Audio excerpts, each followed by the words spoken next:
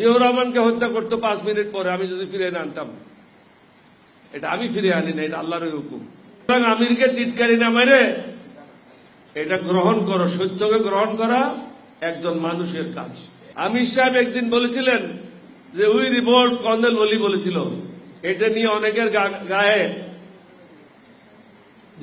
জ্বলন ধরেছিল। উনি কেন বলেছেন? জিয়াউর রহমান নিজেই লিখেছেন ACR annual confidential report, this officer played the main role which enabled 8 Bengal, East Bengal regiment to revolt on the crucial night of 25-26 March.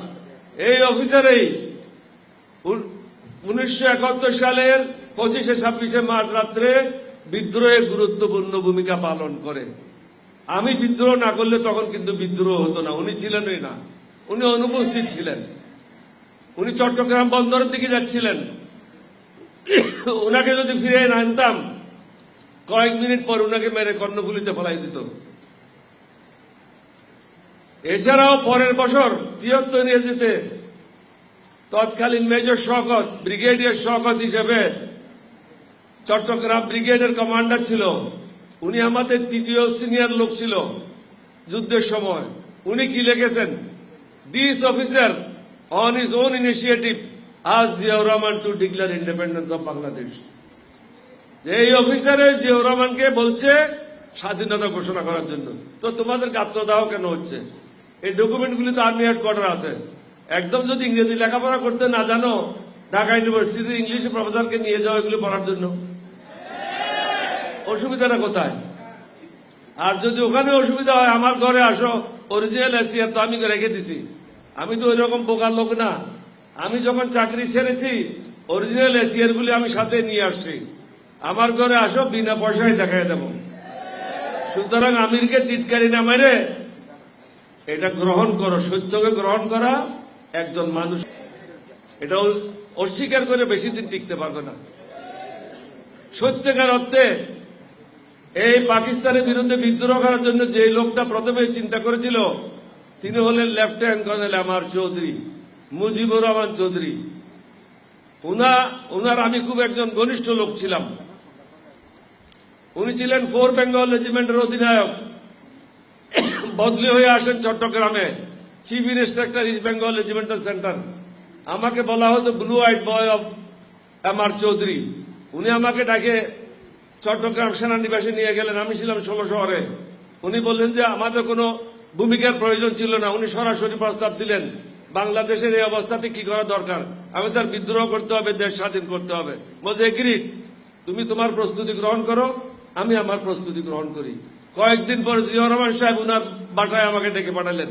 প্রথম দিন আমি উনার সাথে কথা বললাম না, কারণ উনিও ছিলেন আইএসআইয়ের একজন কর্মকর্তা, আমিও ছিলাম। সুতরাং তাকে আমি আগের থেকে জানি না, চিনি না, কোথায় কথা বলে কি বিপদে পড়ি। প্রথম দিন আমি উনার কথাগুলি শুনে চলে আসলাম। কয়েকদিন পর উনি আমাকে আবার ডাকলেন, আবার ডেকে জিজ্ঞাসা করলেন, আমি এত ভূমিকা রাখেন কেন, আসলে কি করতে চান সেটাই বলেন। বলছে কি করণীয়? আমি আপনি বলেন কি করণীয়। বলছে একটা কিছু তো করতে হয়। আমিও বুঝি একটা কিছু করতে হয়, কিন্তু সে একটা কিছু কি? বলছে বিদ্রোহ করলে কি রকম হয়। আমাদের খুব ভালো হয়। বলছে তাহলে তোমার প্রয়োজন, তুমি ছাড়া তো 8ম বেঙ্গল রেজিমেন্টে সোলজাররা কারো কথা শুনবে না। তাহলে আমি ঠিক করে নেব। তাহলে আমরা 3 জন হলাম, বাকিরা জানে আংশিক। কেউ জানে 2 আনা, কেউ জানে 1 আনা, কেউ জানে 1 পয়সা, কেউ জানে 3 আনা।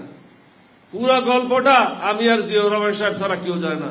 কারণ আমার চৌধুরী সাহেবকে 25 রাতে 10টার দিকে উনাকে 20 বেলুচ রেজিমেন্ট গাড়ির পিছনে রশি দিয়ে বন্ধ করে হেসরাইয়া তাকে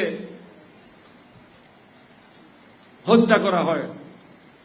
জিয়াউর রহমানকে হত্যা করতো 5 মিনিট পরে আমি যদি ফিরে আনতাম। এটা আমি ফিরে আনি না, এটা আল্লাহর হুকুম। আমি মালিকের হুকুমটা পালন করেছি মাত্র। আমি বাংলাদেশ সেনাবাহিনীর 1st ব্রিগেড মেজর। কত বড় অন্যায় আর্মিতে হয় সেটা এখন বুঝেন, বুঝানোর জন্য। জিয়াউর রহমান দ্বিতীয় ঘোষণা, প্রথম ঘোষণা দিলেন, I declare myself as a provisional head of the state and independence of Bangladesh.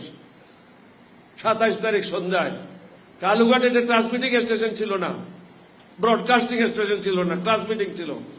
ওটাকে আমরা রূপান্তর করে ব্রডকাস্টিং স্টেশনে আনলাম। ওটার থেকে তিনি ব্রডকাস্ট করলেন, আমি পাশে পাঠাচ্ছিলাম। 30 তারিখ উনি আরেকটা ভিন্ন কারণে, যেটা কখনো বলা যাবে না, এটা হলো গোপনীয়তা আমার এবং উনার মধ্যে। তাহলে তিনি যখন রাষ্ট্রপতি ছিলেন, তাহলে যে একটা মন্ত্রিসভা হয়েছিল, নাকি হয় নাই? আমি সেই মন্ত্রিসভার স্বরাষ্ট্রমন্ত্রী ছিলাম। মেজর মীর শওকত আলী ছিল পররাষ্ট্রমন্ত্রী। বাকি মন্ত্রিসভা আমরা পূরণ করি নাই, কারণ সবার সাথে দেখা হওয়ার পরে করব। দ্বিতীয় অ্যানাউন্সমেন্ট, আমাদের যখন কাজ হয় নাই যে কোনো প্রকারে হোক, 30 তারিখ উনি বলে দিলেন, I declare my self as commander in chief of liberation forces.